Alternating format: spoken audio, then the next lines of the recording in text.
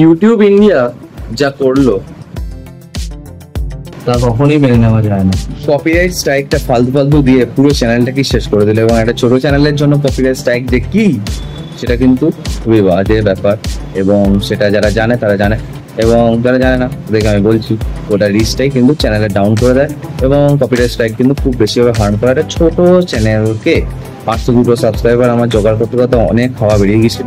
এবং অন্যদিকে তাই আমি ভাবছি এটা আমি নতুন চ্যানেল করবো।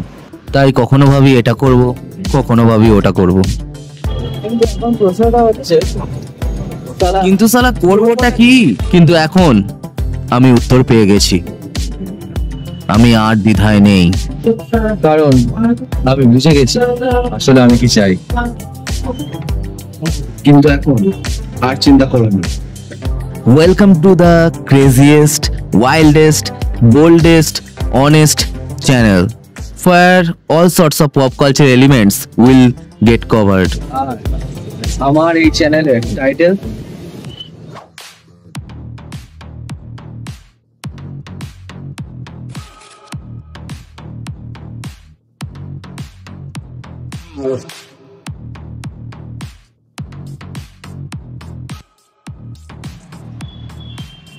ফুটাইদা, একটা সমস্যা হয়ে গেছে। কি হয়েছে? কি এতক্ষণ ধরে যা কিছু রেকর্ড হয়েছে তার কিচ্ছু আদতে রেকর্ড হয়নি। কি তোদের কি মাথা খারাপ হয়ে গেছে নাকি? সত্যি সত্যি সত্যি? তাহলে এই তো দেশের অবস্থা।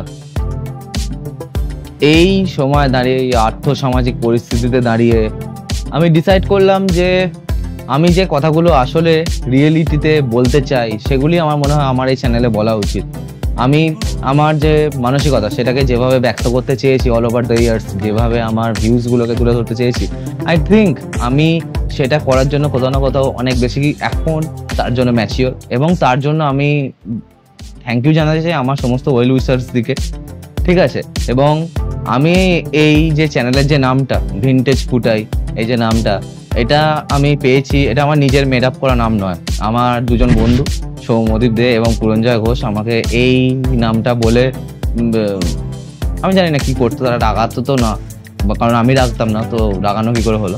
হ্যাঁ, তো তারা আমাকে এই নামটা দিয়েছে এবং এটা রিয়েলি একটা মানে খেলা টাইপেরই ব্যাপার, ঠিক আছে?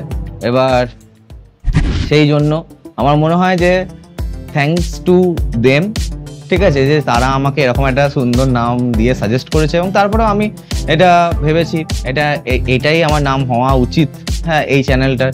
তো আমার যে আগের চ্যানেলগুলো ছিল সেগুলোকে আমি ক্যারি ফরওয়ার্ড করতে পারিনি। তার প্রথম রিজন হচ্ছে যে বিভিন্নভাবে রিচ তো একদমই আসছিল না, এবং দ্বিতীয় কথা হচ্ছে যে ওখানে আমি যে রকম ভিডিও বানাতে চাই সেগুলো বানানোর জন্য কিন্তু আমার অনেক কিছু লিমিটেশনস এসে যাচ্ছিল। এবং সেখানে কোথাও না কোথাও আমার মনে হয় যে I have to move on, কারণ আমি অনেক খাটছি এবং তারপরে যখন কোনো রেজাল্ট আসছে না, তো তখন এটা স্বাভাবিক যে তোমার কোনো একটা জিনিসের প্রতি বিতৃষ্ণা এসেই যাবে।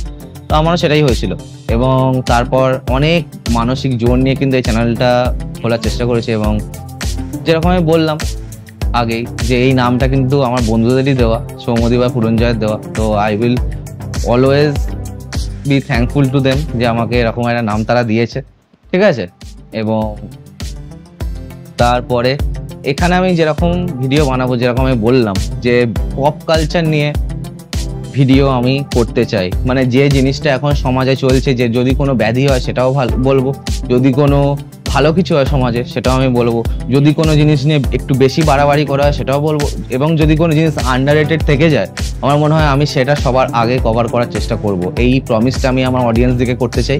এবং প্লিজ যারা এই ভিডিওটা দেখছেন, যারা এই অ্যানাউন্সমেন্ট ভিডিওটা এতখানি অবধি দেখলেন, তাদেরকে আমি বলতে চাই যে প্লিজ আমার সাথে থাকুন এবং প্লিজ আমাকে ট্রাস্ট করুন। আমি খুব ভালো কাজ কিছু আপনাদেরকে উপহার দেবো, এইটা আমি কথা দিলাম। Bye bye, stay tuned for the first video.